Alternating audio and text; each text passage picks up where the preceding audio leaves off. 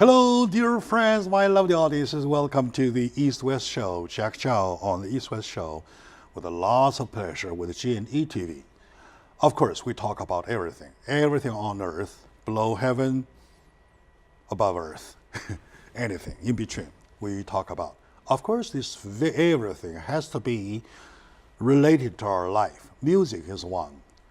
I happen to have the honor of having her as my friend of over more than 20 years, Madam Chong Huang of Shanghai Conservatory. Conservatory music, For music. And she herself is a composer, married to a conductor of LA Philharmonic, right? Okay. She herself has a long story to tell, especially for somebody, you're talking about a regular Joe or a regular Sue moving from Shanghai to California. Well, she might or he might find a different job, go on a different life, so on and so forth. For a composer, the route, the whole thing might be more difficult, more challenging. So first, I would like to express my welcome on behalf of my team for you to come here. And that is, for that, we give you a big hand. Right, good. Thank you very much. And secondly, I would like to have you do a little introduction about yourself. Okay. In a way, whichever way you feel easy about. Right.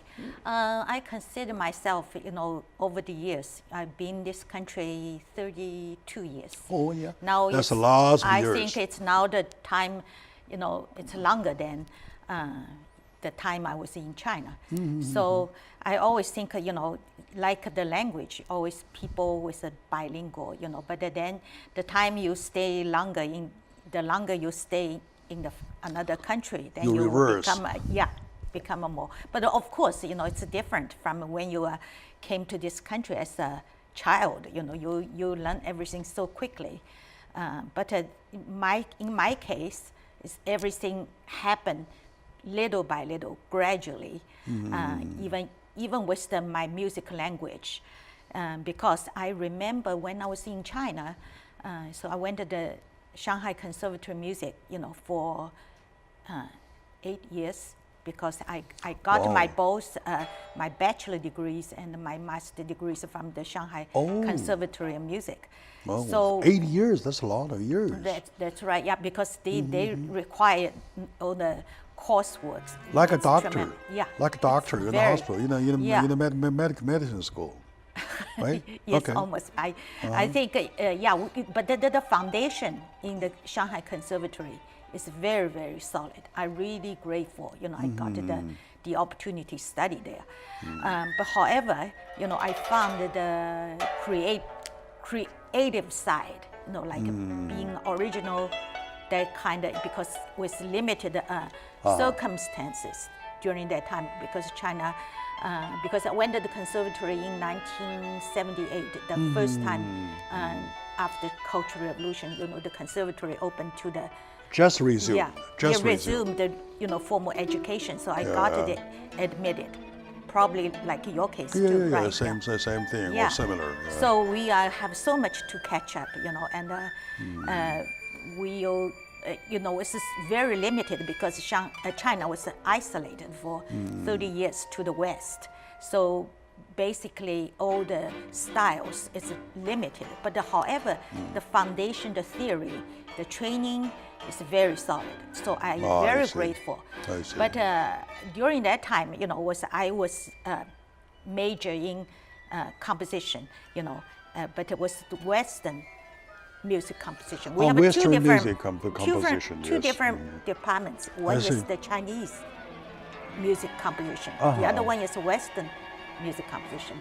But I was in the Western side, and I was so kind of like, didn't like the Chinese music at all. I think it was too simple and too not interesting, because I think during that time was also, from Shanghai, that's also maybe different because Shanghai is pretty Western influenced and pretty cosmopolitan, and we think it was like the Chinese music. It's uncouth. Shanghai was more westernized at that time, though. Already, it's about, Well, I see.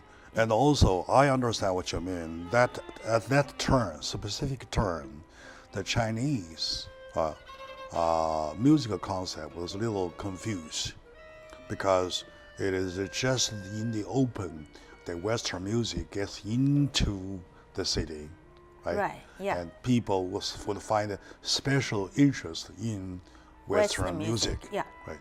Otherwise, later on, they will, the surge, the heat might subdue.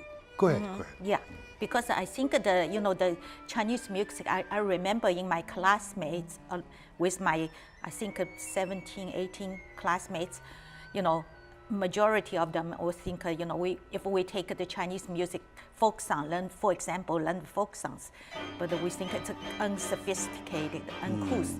The Western music, you are kind of like a different, have a different taste, more sophisticated taste. So that's the attitude then. But later I came to United States, then I found, immediately open when I went to UCLA to pursuing my PhD in composition there. My professor, I remember, was Eileen Bargan. She is immediately opened a big horizon for me. She actually introduced us to the gamelan music. Gamelan is kind of in what's called in the Bali, the southwestern Asian. That gamelan music is like a banging. It's a folk music. Gamelan? So, yeah. I've never heard that. I think it's, they sit down, on the very ritual, the people doing I think in Indonesia. They are not played on strings? Yeah, they bang use the hammer, On the hammer on? And on the different bars, more like a xylophone kind of, but the bar is very wide. It's percussion kind, anyway. Yeah, it is kind of, but the tuning is different. Anyway, you knock. Yeah, but we improvise. I think the Professor Bargan introduced all the composition students to the gamelan because UCLA was very, very good at ethnomusicology, which means the music from all over the world. I see where you're pushing. So I was immediately found, because my professor then, we are the students from all over the world. But it was the first time I came to the United States. It was kind of shocking, because in China you are kind of like a homogeneous, it's a one single race, and majority is the Han. But I came to United States, you have students come from all over the world. So my professor immediately said, Joan, I think during that time my English was very poor, very broken, but she said, Joan, you should find about your own language. So then I thought, I realized I was so lacking. What I'm lacking is I really didn't know my own culture heritage. So then I asked my parents to send music, folk songs, or the cassette tapes to me, so I can wanted to kind of like re-nourish myself with the Chinese traditional music. That's important. I wanted to kind of like become a part of me, since because my professor said, you speak a language, right? My English was very poor then, but you said you're Chinese, you should present your own culture, But it's like now, still 32 years later, I still have a Chinese accent because you cannot get rid of. I think well, having an accent is not a bad thing because. It reminds you to identity, to your identity, own identity. That's one thing. And number two, to have that will drag you back sometime to rethink about where you're from. Right. Right, good. Yeah. My dear audience, today with my good friend for over 20 years, Madam Zhang Huang, she's sharing her story back all 32 years when she first came here to UCLA to study her music. And she mentioned, I believe, one of the very, very, very, very super important point. When we come here, should we forget who we are? Should we keep on remembering who we are? Or should we stay who we are? Or what else? That is a big, big subject, I believe, to everybody, including myself. All right. So, by the way, she's here to talk about her recent album. And I purposely arranged her to start the thing with her own story so that we know where the foundation is, where she started to taking off, right, to where she is. You will see, you will tell from the difference that does or does not make sense. So we will take a very short moment out. When we come back, we will continue from that point on. Stay with us.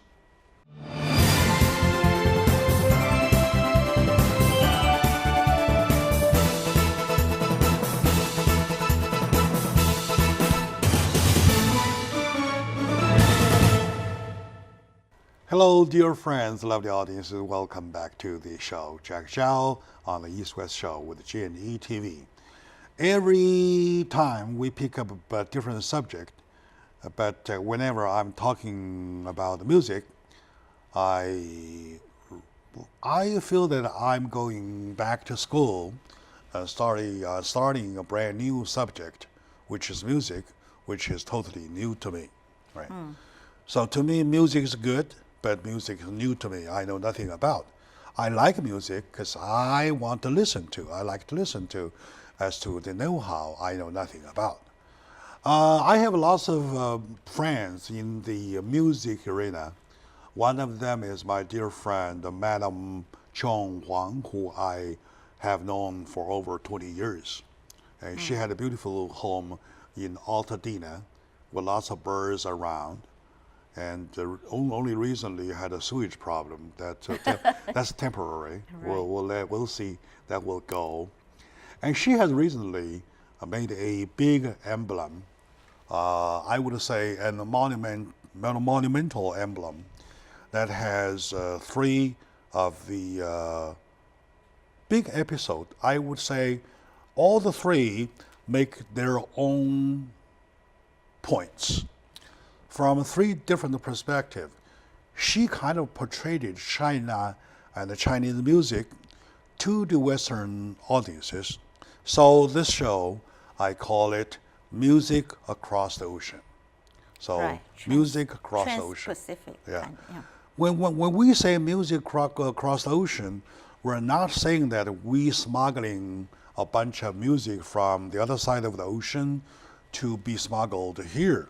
We're talking about music combined, right, with the two sides of the ocean. That makes us neutral of whatsoever. It's a cross-culture thing.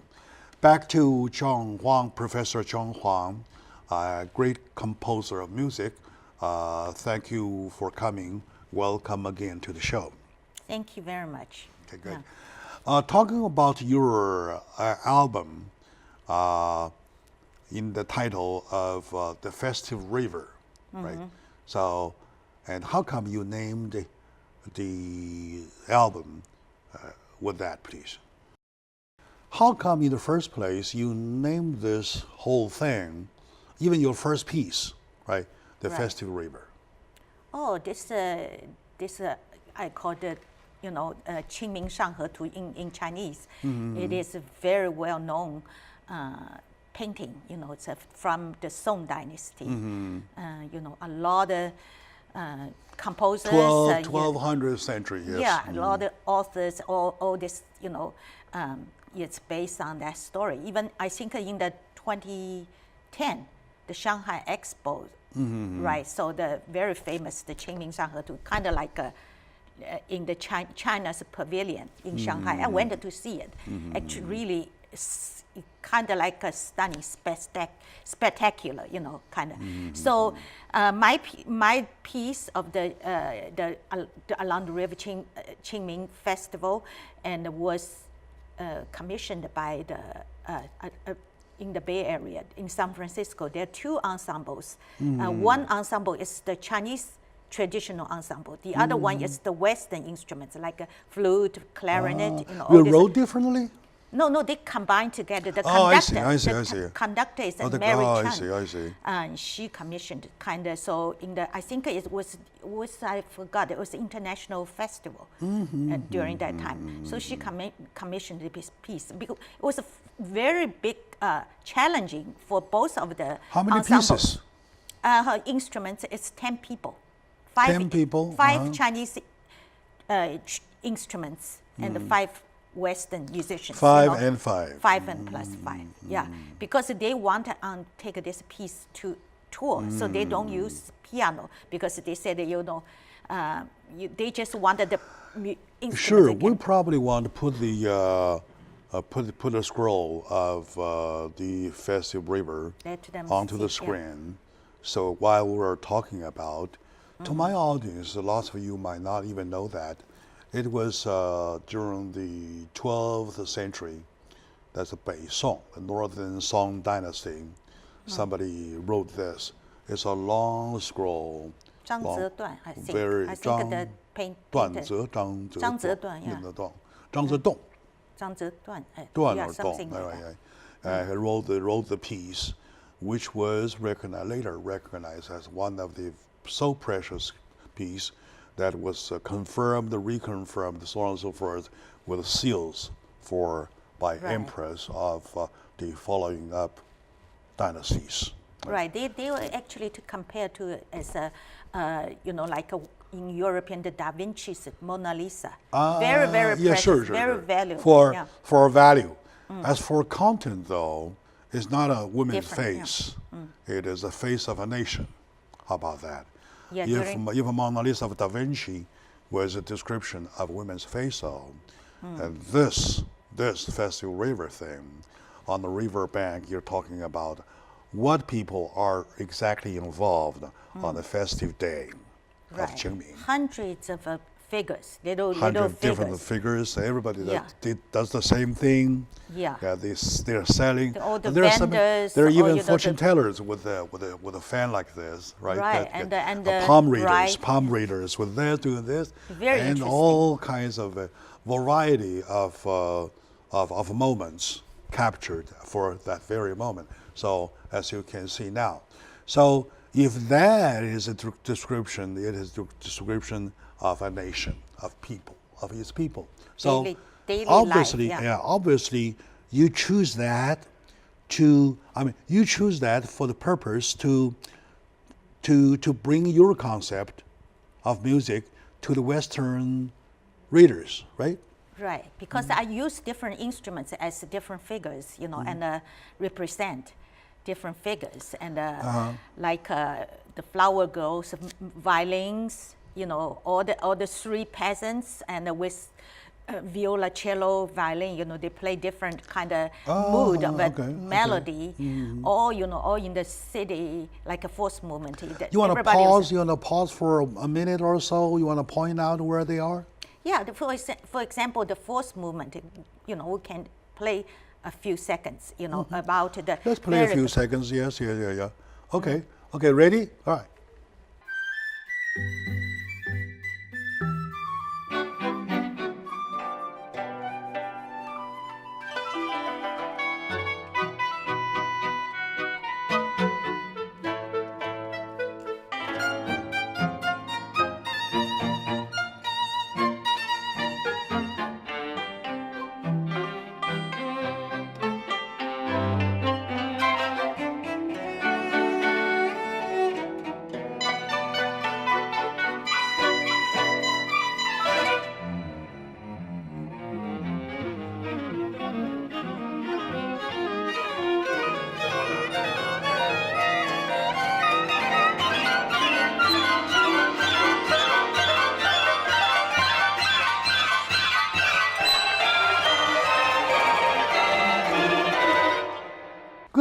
Good. That's exactly the way they're talking about. They're doing conversation, all right? Right, they do different things, because I, of course, there's some old man, some a young girl, and selling flowers, or some people talking in the tea house, and they're all different. Or some on the chariots, and all on the what's called the 轿子, those on the sedan, shoulder sedan.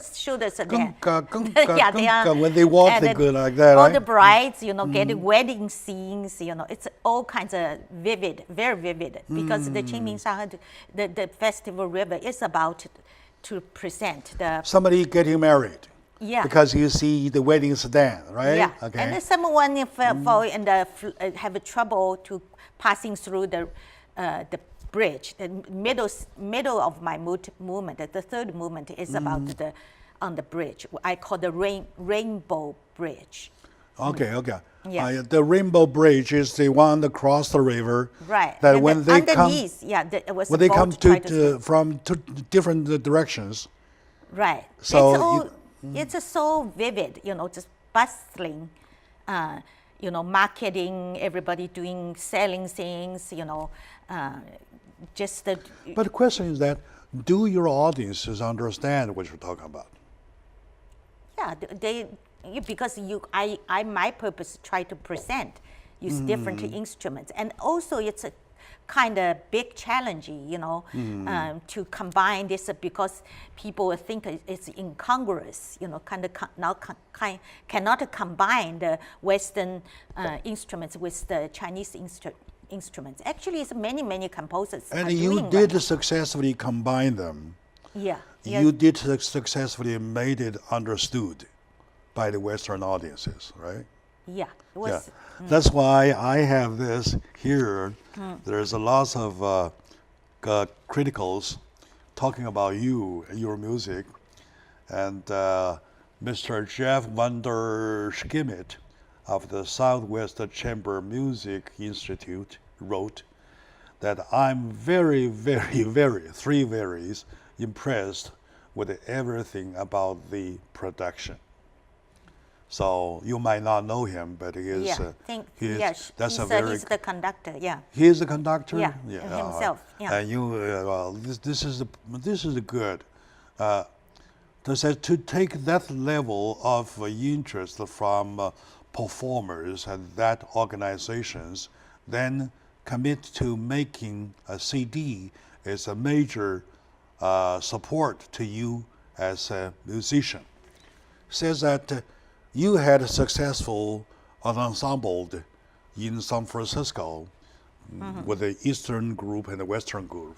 And based on that, you made a second step that you have your CD published. Am I right? Yeah, because I also, it make a CD, it's a big effort. I have to raise the money. So I started the Kickstarter. That was very successful. Okay, very good. Yeah. All right, let's take a very short moment. And when we come back, we will continue talking about her production, talking about her CD, and talking about her second episode of this Festival River, please. So stay with us.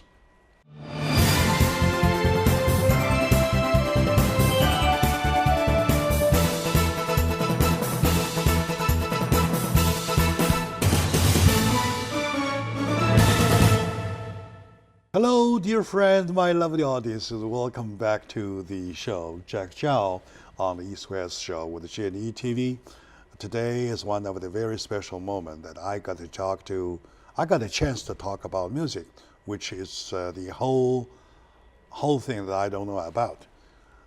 With my friend, Madam Joan Huang, we're having a good time understanding her music, where her music comes from. And before that, we talk about where her concept comes from.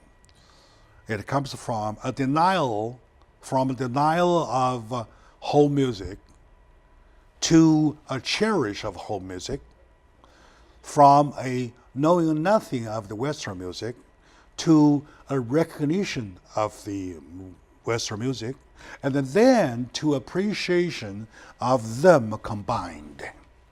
That is the whole thing she had been gone through, that the whole thing that made her success.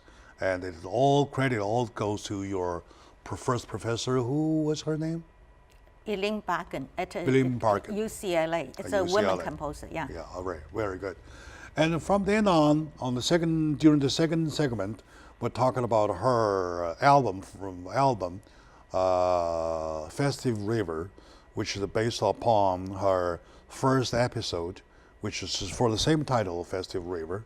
And the Festive River is the title for a painting, was based upon a masterpiece of the Bei Song dynasty of 1200 centuries, right? Okay, now, moving from that on to the second episode, what is it called? Entitled? I call it often San Mao. San Mao, yeah. San Mao the Orphan. Yes. All right, San Mao the Orphan. What was that based upon, or what is that based upon? So is that a story of yourself, or a story of somebody, or no story at all? Oh, it's a very well-known story, you know, when during my childhood, you know, because the cartoonist living Shanghai, actually, he lived in Wuyuan Road. I remember it's not too far from my home, you know, Zhang Leping. It's he was considered as the American Charles Schultz, and he was the, you know, they have every Sunday they have Peanuts, you know, all this cartoon boy. So San Mao actually is a cartoon boy, but he suffered so much because he's orphan, and you know, he is a homeless boy. So because my memory, my music story, it's like telling a story, unfold little by little. You know, from San Mao is from countryside. He was rolling a boat, you know, through the little river, then to the cosmopolitan Shanghai, the big city. And but he found out, you know, was everybody was so mean, and you know, the rich people treated him really badly. He had to do acrobats on the streets, and had to work in the kitchen, and was really bullied by all this Shanghai rich people. But my purpose was to present this story. The erhu, I used the erhu as a soloist because she is the San Mao, you know, because like variations on the theme. So I used the folk song from the Shanghai region.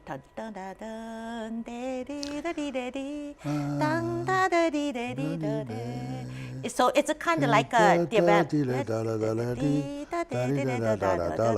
yeah, just use this theme. It's like a concerto. The conductor in Boston, he's marvelous. His name is Frank Epstein. He really supported my music so much, and so that's his percussion ensemble. So probably we're going to put some image of San Mao on the screen for the audience to see. Okay. You will do that? Yeah. Okay. Yeah, okay, let's see something. Let's see something on the screen. San Mao. Okay, now I recall San Mao was it has been a cartoon character for people my age. Or maybe a little older, and I don't know how little boy, yeah. How it is, how it's impressed the people below me, my age. I don't know, but we know that it is our time. I think as a public now figure. they kind of like they reintroduced to the new generation. Okay. Yeah, okay, I remember they said. It's a bitter story. It's a lovely story. It's a joke kind. It's a comedy, tragedy, everything combined, right? You find yourself sometimes laughing, looking at those cartoons. You find yourself sometimes crying. And sometimes you know exactly why the character does what, or something like that, right? Okay. Now, so why you base upon your music upon that story? When you do that, though, what do you want to tell the audience, the Austrians of the Western side? Oh, it's the Western side. I use the obviously the percussion ensemble. It's all Western instruments. I see lots of percussion. A lot. Yeah, I use performers I use the performing water there. bucket of water. So the kind of like in the beginning was like in the river. They created the sound. Then the Erhu came in. It was somehow. It's like a really a narrative. And story. I hear some fire trucks. Yeah, or the police whistle and the fire truck. Police whistling. It's because they were chasing Sammo. Sammo was doing acrobats. He was playing drums or to sell, get play like a street musician. Okay, by that, now that you mentioned it, do you think it will be better? I mean, your music, it will be better understood if you go along with the video, with the video scene. Yeah, do you think that will work out? Actually, I saw a cartoon. Someone did a cartoon in China about the Sammo. It was a very lovely cartoon. It's just about the whole story. Yeah, I know, but maybe you can sell your music to them. Let them play your music. Yeah. Yeah. Let them play your music. Yeah, because it is a very characteristic of this boy. Because the image you can see, it's 3 hairs. Sammo means literally means 3 hairs. I know. Right. But when Mr. Zhang Leping created Sammo, he wanted to let the audiences know the bitter China back then in Shanghai, how life was. This especially for a guy from the countryside, had no money, no nothing, nobody. Well, how hard life is. But to the Western people, would they understand the hardship, or just to take it as a joke? Oh, I think the people are sympathetic. For example, talking about now, I heard the news, about the Los Angeles itself, the homeless body become bigger and bigger. A lot of people on the street. Obviously, I think will create some resonance, sympathy, from the people. For example, I'm very sympathetic to the homeless people, because I think it's not because they are born. They're born in that way. Some people have a mental. No, we were born equal. Yeah. Under God, we are born equal. Everybody's equal. By the way, I'm very glad. Extra glad for that you mentioned yourself that you tilt your mind to the homeless. Yeah, and you're I full think of the government should you're full of sympathy. Take care of them. Yeah. And if from that level though, I will give you 100% support to your promotion of that piece of your wonderful music. Thank you very much. Because I love it, not only the music, but also the concept behind it. Yeah, I also talking about the Erhu. Erhu is, do you remember the 二泉映月? The blind Abing was playing. Actually, this soloist, He Tao, she's my soloist. She said she after she played, she just cried. Yes. Yeah, very, very. I once did a successful translation for the title 二泉映月. Without understanding the background, you will never do a better translation, right? It was written by a blind man. Abing. He had never seen the anything bright, right? He has never seen lights. Okay? And then for him to imagine the enjoyment for people with 2 eyes that are sensitive to see all kinds of light, was that a luxury in his mind, right? So he uses 2 ponds of water to to describe his should-be eye when under light, how happy they are, and recognizing they can't see the light, how sad they are. You know how I translate it? No. No? Never? Yeah. Ponds of water staring at the moonlight. Oh, okay.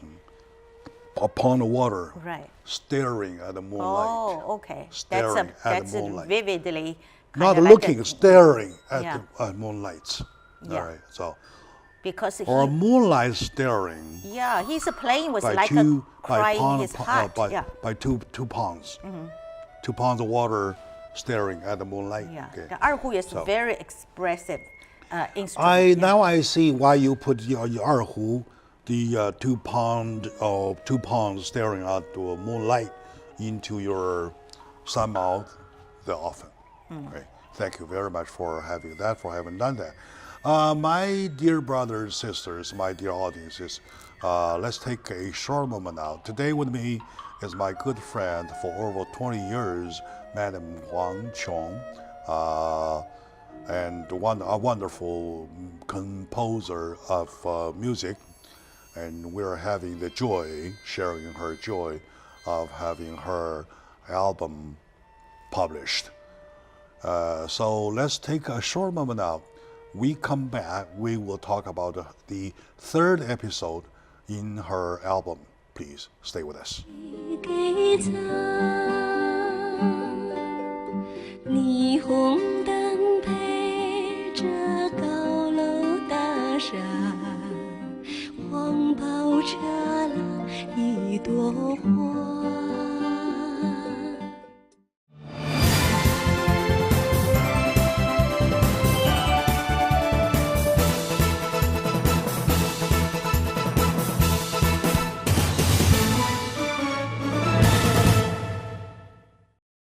Hello, dear friends, my lovely audience. Welcome back to the show. Jack Chow, really having some good time with a friend of mine, a wonderful, great composer of music, Madam Chong Huang, originally from Shanghai, now from Altadena, talking about her album entitled The Festive River, which is a title song of The Festive River. And the second is Sanmao, the often. Third is her last piece of Birds of Altadena. She lives in Altadena. She has a beautiful house at the very top of Altadena Hill. I call it mountain because it's so high. It cost me lots of gasoline to go there, half a tank each time. And by the time I got home myself, I have to refill my tank, okay, whole thing. Now, yes, we were talking about her second piece of the album, that is the story of Sanmao, the orphan. I was touched. I knew that this woman has a heart. This woman has a big heart. And I recall one conversation that I had with my dear friend, Chris Nibby, director of Hollywood, of Mama Rags Hollywood. And he once said the following, quote unquote, exactly unquote, unquote. I don't think a director who has no experiences of hunger can direct a good film.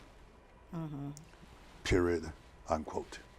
Right. Right. Yeah. For that, I would say that she knows why Sanmao is doing that, why Sanmao is doing what Sanmao is doing.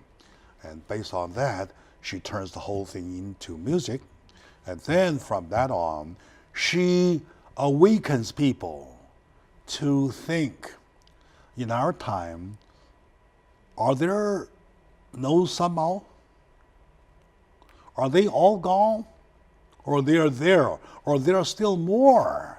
According to Jack's study, my study, according to last year, end of last year, there are 58,000 of them. Homeless, right? Right? In Shanghai, there's only one written by Zhang Leping. Now we have 58. So I see the significance. I appreciate that. I thank you very much for having written a piece like that. Oh, thank you. Thanks. My salute. Well, not everybody deserves that, Yeah. but this is my salute. Okay, now, moving to your third piece, talking about the birds of Altadena. How come you wrote that? Because I love my surrounding, because Altadena is beautiful. It's kind of like in the natural, like a national park, and but because I also was kind of like what can you imagine? That's the wildest dream, because I remember my youth. I was sent to a farm, also talking about the salmon. We were in hunger too. We were in starvation, sent to a farm by the government policy. Oh yeah, me too. Yeah, so it's you under the starvation Yes. too, right? So it's what are the contrast? You now living in a beautiful, bucolic, Back to a little bit. Yeah, to the Altadena. Back you up a little bit, okay? When we say the word starvation, we always describe a situation in which we starve, right? When the word starvation comes to me, it comes to two specific experiences I have passed away and rescued by emergency food myself during my childhood. Right. True story, my dear brothers, sisters, who had never been so lucky to experience as I was lucky enough. Yeah, Right. we all So, suffered, yeah. people, why, you would ask me, why Jack Xiao has spent so many time talking about homeless? Come on! Because he knows hunger. Hunger to me, to everybody is, I'm hungry, I need to eat. Let's go eat something. Right? I can eat a horse, I can eat an elephant, I can eat a universe. You can eat whatsoever, but this is only a description. When hunger really comes to you, it comes not to your stomach. It comes to your system. And it can go even deeper. Oh, by the way, when it goes to your system, you do not even feel hunger. You just act like a different man. No energy, no nothing. You don't want to smile, don't want to cry, you don't want to say anything. You look at everything like you have not seen, you're not seeing, like something like that. And then, when it goes to the third stage, it goes to your brain. You become a crazy man. You will bite on anything, even if a Right. piece of a rock. Right. Some people, I am not exaggerating. Okay, I can go through any critical trial, critical proof whatsoever. I can prove it to you that was a human being, how it will respond. Okay, yeah. I appreciate it. Okay, We- so for I had the experience now too, that yeah. you mentioned about that, I want to do a little insert. And by the way, and I owe my audiences an explanation why Jack Chow hates the fact that we have homeless. We're not supposed to. Go ahead, please. Right. Go back. So then this piece about the Altadena, because I got the call from Frank Epstein. He was the percussion ensemble in Boston, New England Conservatory. He found this Sona player. Guo Yazhi, he's a very well known. Yazhi, I know. Yazhi Guo, yeah. He was on my show, remember? Right, yeah, he's a big star now. Yeah. Very big star. Is So he in New found York? this- Is he in New York or here? He's in Boston. He's in Boston, But okay. he travels all over the world, and but so Frank just Yeah, called me to wrote. next time, well, say hi to him Okay. on behalf, please. Okay. So the birds. I remember. Do you remember the 100 birds salute the phoenix? 百鸟朝凤, right? It's all about the birds. They said that since Guo Yazhi is a virtuosic player, he can play like 20 instruments different. So my piece used about 12 different instruments. Yazhi played everything. It's unbelievable, from sona to bamboo flute, But I went, I go to hiking. We have mountains, right? Hiking with my dog every day. It's so beautiful there. it's like in the paradise, kind of a lot of birds. It's natural birds. So I said, why don't I portray all these birds? But also, I was by contrast because I do love this country very much because America gave me the freedom. So I used the 7 different American folk songs, in this piece because it's kind of like my experience as I a new remember citizen. the melody of Didi. Yeah, that's the one. The old folks. Old folks at home. Yeah. Dee da da dee da da da da da Yeah. da dee da da da. Right. That That's one, Yatsu yes, played okay, good. beautifully. He played it very beautiful. So it's my kind of bring the optimistic. I want to share my understanding of that piece with my audiences, see if I'm wrong, right? And stop me if I'm not wrong, right? I hear we talk about a composer from Shanghai who at the first moment came to Los Angeles, landed in this land, this soil, thought about to forget the home, forget everything, to embrace Western, right? It was the moment that her mentor instructed her to hold on to what she has brought from China. And while hold on what she has brought from China, she embraces the Western world. She finds out that the best thing in the musical world comes from the fact that when you combine the East and West. That's why we call this show Music Across the Ocean. And from there on, she moves on and on and on and on. So talking about home, talking about Altadena Mountains, she thinks about birds. You know why birds? Birds, every time you hear them, okay, now, do you when you hear bird, what's your first reaction? Oh, this is just a beautiful No, song. I know. Yeah. Well, what do you do? Oh, I also, there's another kind of Do you look up or look down? look up. Yeah. Yeah. But I also, I believe the another concept is 100 out of 100 people, when hearing a bird, will look up instead of here. A bird, where? Well, they will look up. In looking up, what you see a blue sky. right. All right? With the blue sky, what does it reflect? Reflects the freedom. That's Because right. Yeah, birds that have it's no a freedom. limit. Right. You can go anywhere you want, baby, like that kind of thing. Right. So- But first time I came to America, it was during 1986, right? I immediately feel like I'm a free bird. I can do whatever I can. Yeah. Because you're a bird out of the cage. Yeah, because I was during that time. Of course, China now is so open. It's different. A different story. Years, We're different, talking 32 about, years talking ago, about yeah. back then. Yes. Back then was very backward. Still pretty backward compared to America. So, and a dark world too.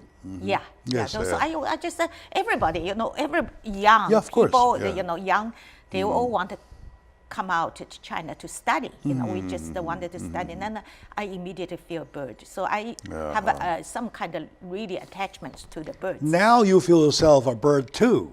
Yes. A bird that has the freedom already. And then you think of da da da dee da da da da da da. Yeah, you can you You can think fly. homebound. Yeah. Nostalgic, right? You're home missing. You're home missing. Of course, So- I still have the Of roots. Yeah, course. the heritage. So regardless of which is richer, which is better, soever, your home remains your home. Because your you can't. hometown remains your hometown. Of course, your arteries still have a. Oh, very the, good. The Very Asian, good. your Chinese Altadena roots. is your home now. But when we say Altadena, you put the parenthesis home now. Home parenthesis now. Yeah. Right? When you talk about Shanghai, you're talking about home town. Yeah. Right? So Right. that's the the difference. birthplace. Yeah. The birthplace. The birth. You love it. You miss it. Right? Yeah. So that is the the message you want to deliver to your audience. Am I right? Right. You know, Very things good, right? like this cover. You know, I still wear the Chinese. Yeah, I know. Costume. Oh, You know, by the way, that's you a look big- beautiful in Chinese dress. Oh, thank you. That's my. You look very beautiful. That's my identity. I Yeah, will never that's your forget. identity, yeah. right? Very good. So very this. good. Yeah. So my dear brothers and sisters, my dear audiences, we're so lucky today to borrow their first view, the premiere view of the CD album of Professor Chong Huang, a great composer of music.